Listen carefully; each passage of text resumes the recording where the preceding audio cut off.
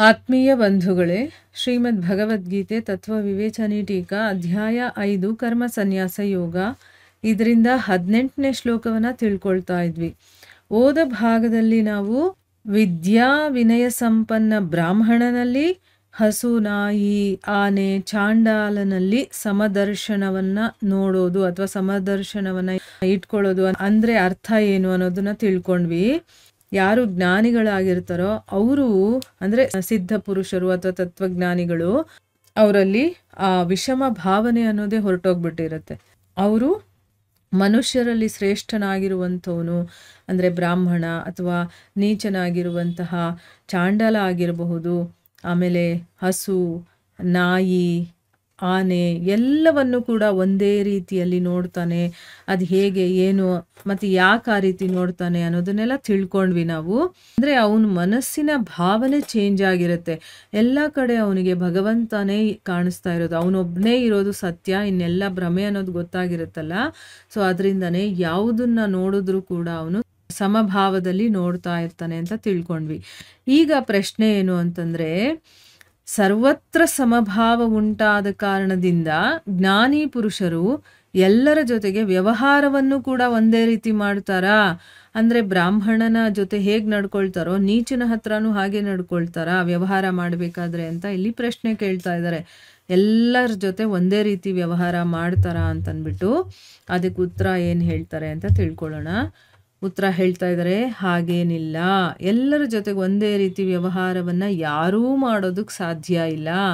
ಶಾಸ್ತ್ರಗಳಲ್ಲಿ ಹೇಳಿರೋ ಪ್ರಕಾರ ನ್ಯಾಯವಾಗಿ ವ್ಯವಹಾರದ ಭೇದವನ್ನು ಎಲ್ಲರೂ ಕೂಡ ಇಟ್ಕೊಳ್ಳಲೇಬೇಕು.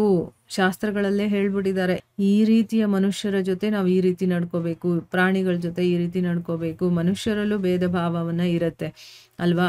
ಆ ರೀತಿಯ ಒಂದು ವ್ಯವಹಾರದ ಭೇದವನ್ನು ಎಲ್ಲರೂ ಇಟ್ಕೊಳ್ಳಲೇಬೇಕಾಗತ್ತೆ.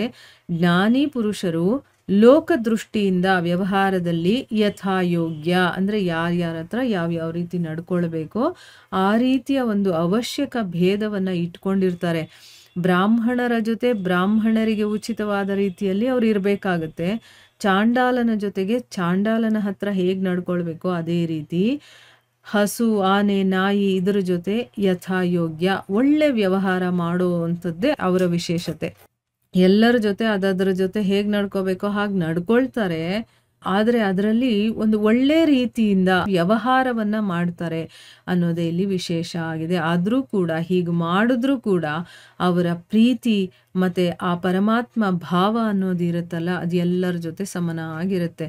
ಈಗ ನಾಯಿಯನ್ನ ಹಸುವನ್ನ ಒಂದೇ ರೀತಿ ನೋಡ್ತಾರೆ ಅಂದಿದ ತಕ್ಷಣ ನಾಯಿನ ಪೂಜೆ ಮಾಡೋದಿಲ್ಲ ಅವರು, ಹಸುವನ್ನೇ ಪೂಜೆ ಮಾಡೋದು.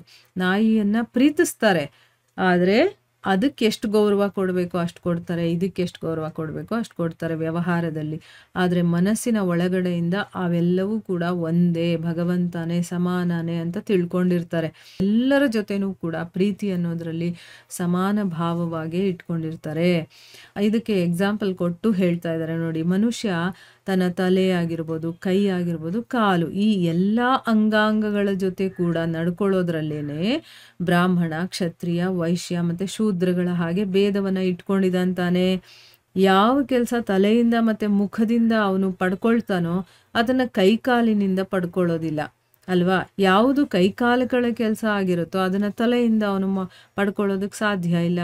ಮತ್ತು ಎಲ್ಲ ಅಂಗಗಳ ಒಂದು ಗೌರವ, ಮಾನ ಅಥವಾ ಶೌಚಾದಿಗಳಿರುತ್ತಲ್ಲ ಅದರಲ್ಲೂ ಕೂಡ ಭೇದವನ್ನು ಇಟ್ಕೊಂಡಿದ್ದಾನೆ.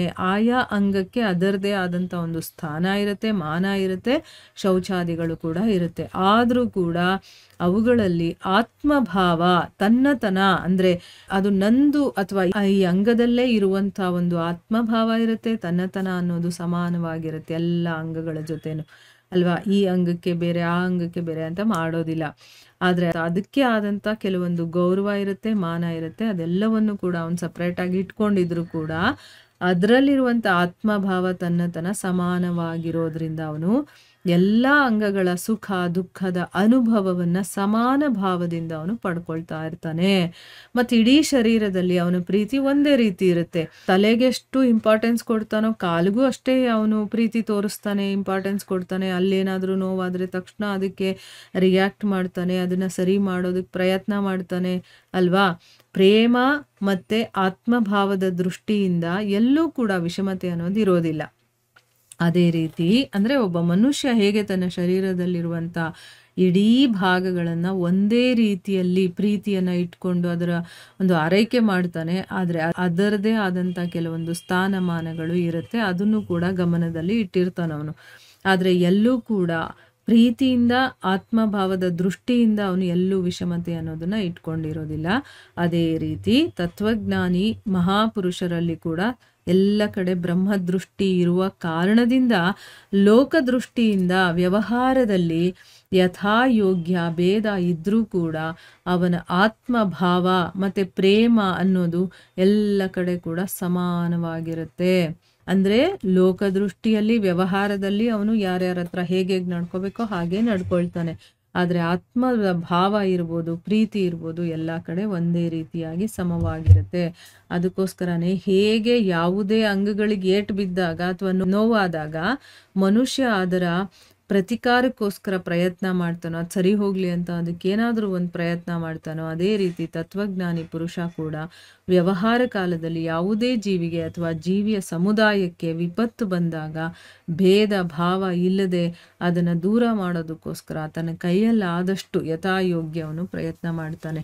ನಾಯಿಗೆ ಏಟಾಗ್ಬಿಟ್ಟಿದೆ ಅಂತ ಅದು ನೀಚ ಪ್ರಾಣಿ ಅಂತ ದೂರ ಇರೋದಿಲ್ಲ. ಅವನು ತಕ್ಷಣ ಹೋಗಿ ಅದಕ್ಕೆ ಏನಾದರೂ ಒಂದು ಸಹಾಯ ಮಾಡ್ತಾನೆ, ಆ ದುಃಖವನ್ನು ದೂರ ಮಾಡೋದಕ್ಕೆ.